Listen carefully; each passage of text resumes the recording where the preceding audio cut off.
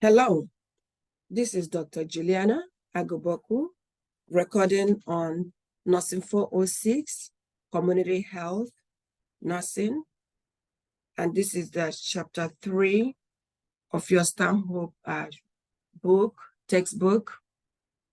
So today we're going to talk about the changing U.S. health and public health systems. Before we continue, we're going to talk about discuss the objectives for this chapter. And the objectives are as follows. We want to describe the events and trends that influence the status of the healthcare system. We want to discuss key aspects of the private healthcare system, public health system, and primary care. We want to also explain the model of primary healthcare. Assess the effects of healthcare and insurance reform on healthcare delivery. We want to also discuss the evaluation of the changes needed in public health and primary care to have an integrated healthcare delivery. So first of all, we look at the forces that stimulate the change in the demand for healthcare.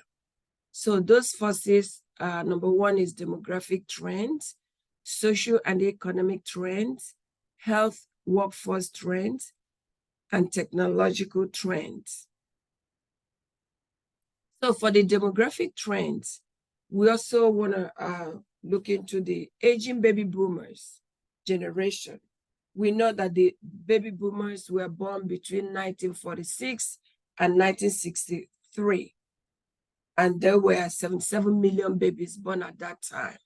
So that makes them to be in their 80s. At this time, they are aging, and we need nurses to care for them. And we also want to discuss about the cost of Medicare expected to rise because we will be caring for the baby boomers, and fewer workers paying taxes in the Medicare system. Also, there is a rise in foreign-born population in America. Mexico is the largest source, followed by Asia.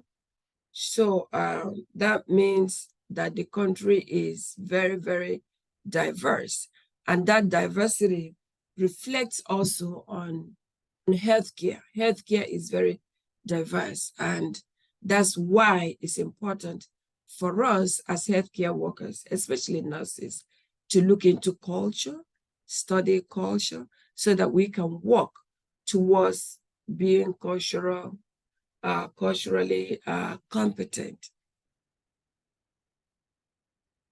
So for the social and economic trends, we look at the changing lifestyles of the demographic of the people in America. We know also there's a greater appreciation of quality of life. People are exercising, they're eating healthier, and because of that, people are living longer. And so we also have to put that into consideration in terms of who will care for people and how much need we have for healthcare.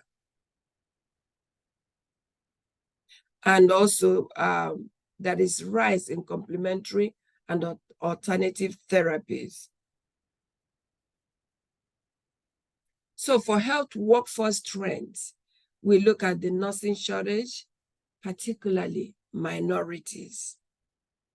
So it's important to know this demographic, because that is also important for us to know, to encourage people to come into nursing so that we can curb the shortage of nursing workforce, especially when we are anticipating even the baby boomers to become older, which means that we need more hands to help care for these people. And there's a growing number of nurse practitioners and periodic shortages in primary care providers. And so because of that, we have more nurse practitioners coming into play, and that's an advantage for you who is in undergraduate nursing, so that you can look into furthering your studies as a nurse practitioner. So for technological trends, we have also the telehealth and electronic health records.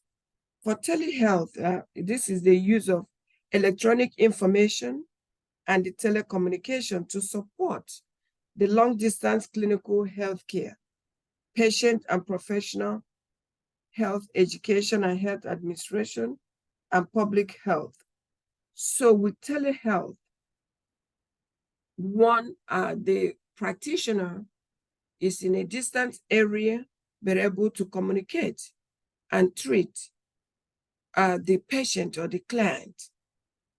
Okay, it can be via a Zoom, it can be via telephone.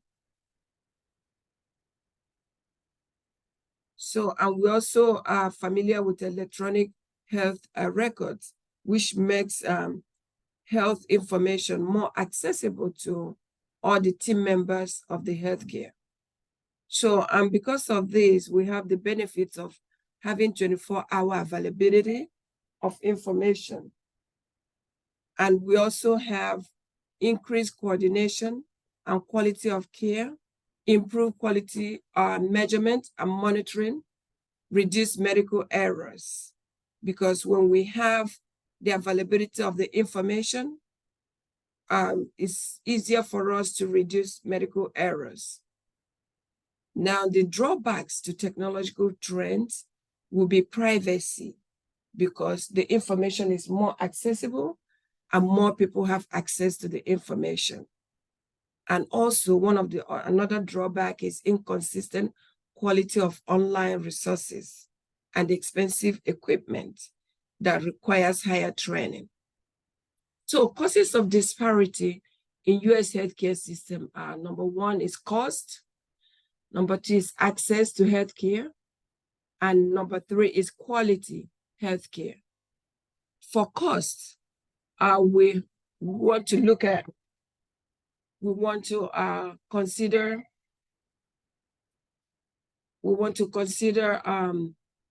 the steady growth of national health spending, the weakening national global economy, and the inability of workers to pay increased costs. So we have rise in percentage of uninsured working families. Okay, so cost, it becomes a very big impediment to some people getting health care. Because of the Great Recession, about 7 million jobs were lost. And when jobs are lost, people cannot afford insurance and health care. Access is another one that we want to address, that is high rise in uninsured people. And so, because of that, it makes access to healthcare difficult. There are groups at risk, and these are the poor, the working poor, and the non-working people. These groups are at the risk of not getting healthcare access. Minority group members also, and non-English speaking people too, including illegal immigrants. Like I explained, even when some immigrants have resources, there are resources, but they're afraid to even try to get those resources because of fear of deportation. So we have to encourage these people to get health care, especially the resources that are available to them. We have to be knowledgeable about these resources so we can share them with our clients. Quality is another one. So we know that quality, we're talking about quality of health care. And here we want to emphasize on safety, because when errors are made, like medical errors, it can cause injury or death. And we also talk about sentinel events. I want you to know what sentinel events mean, and those activities or events that when they happen in healthcare, they cause injury, severe injury or loss of lives. So, and under quality, we have healthcare, public health accreditation. So a body goes in, it could be nonprofit, it can be volunteer, and they go and check on the work of the institution. It can be a hospital, nursing home, or any other healthcare agency or facility, to make sure that they are providing quality care to the patients. So these are the different organizations of the healthcare system: primary, public, federal, state, and local healthcare. Or the primary, remember that primary, you have to think about the gatekeepers. Gatekeepers are the ones that control the access.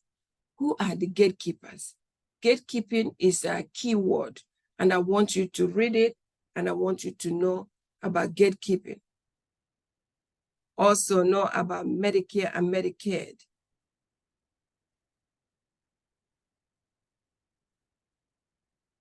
Public health system is the national, state, local laws, multi-level, federal, state, and local systems. You must also know multi-level because it's very important in public health, because this public health, no system can work in silo, or no agency.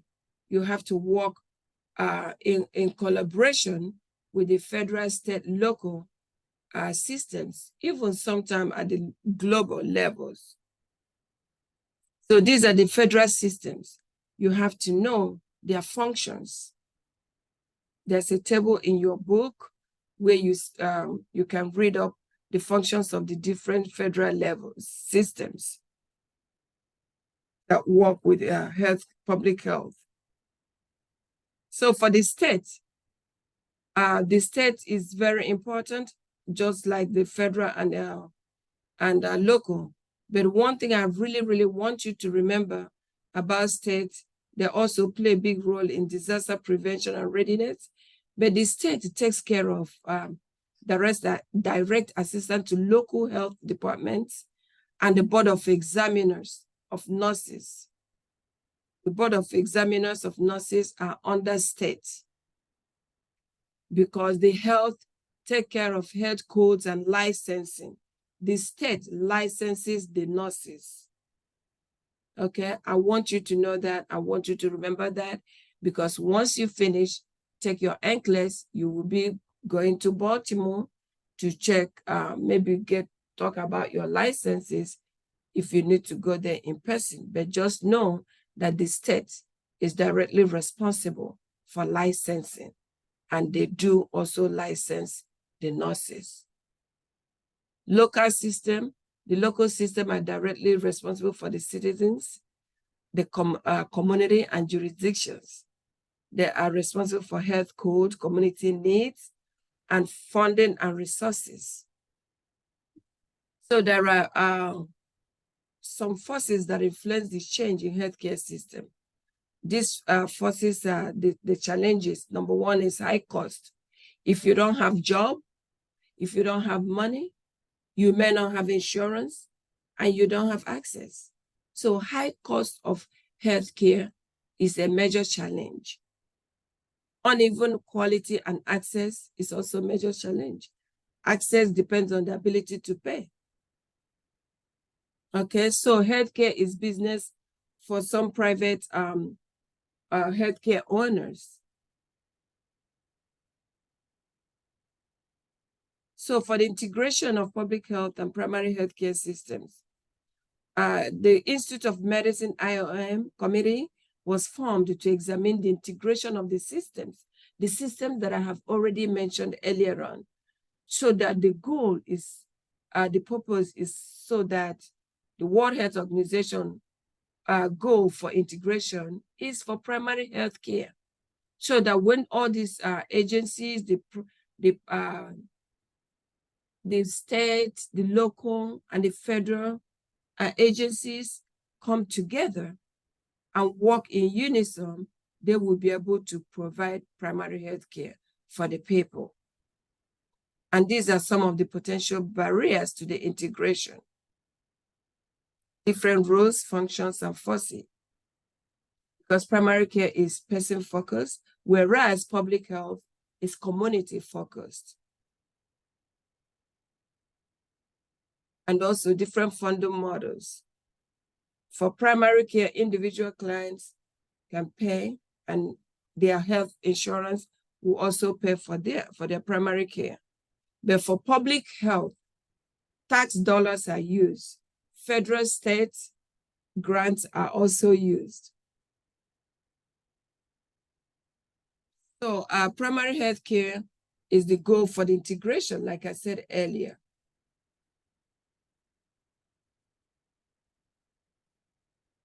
But also know that the public health is highly political because it involves the government, it involves the different agencies, and so it's highly political. So, but we are all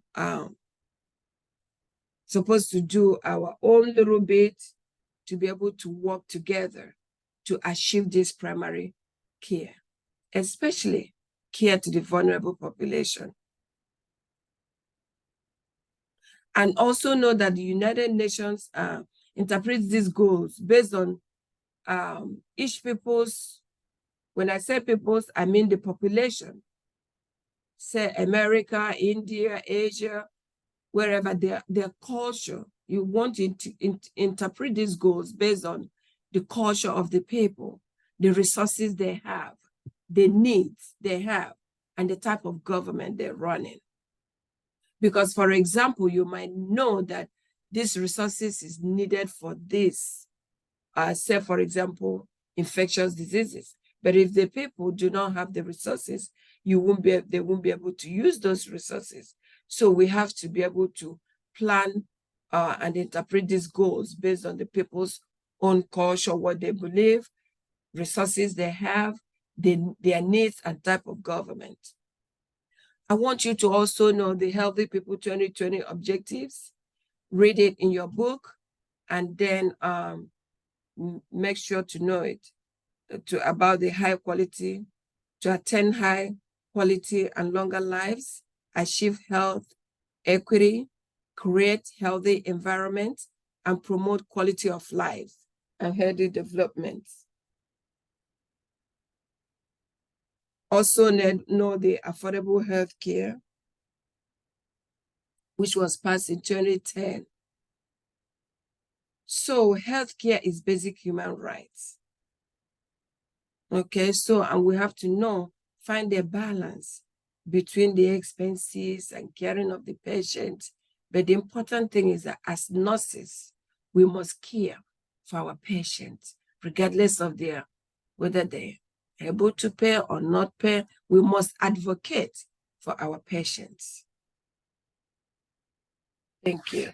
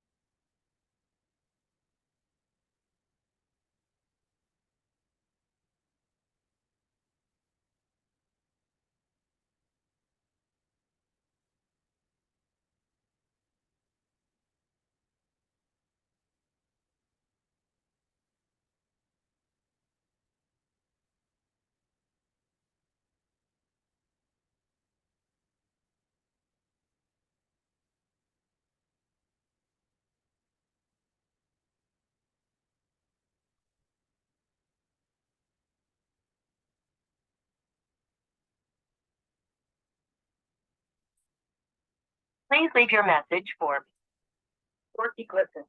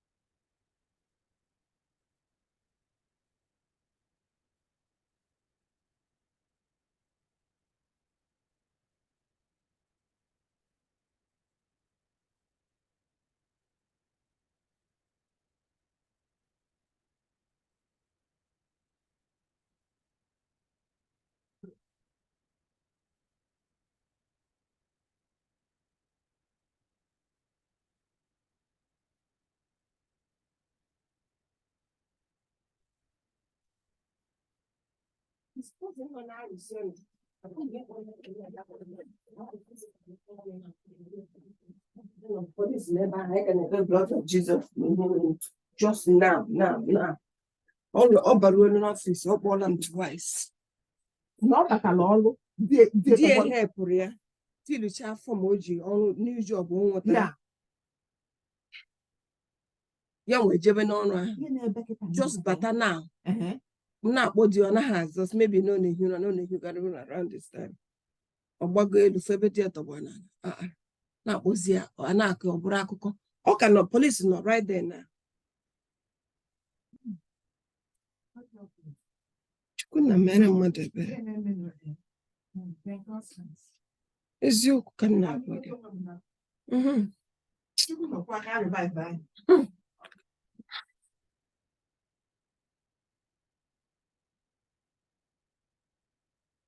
How will you? Oh, hello.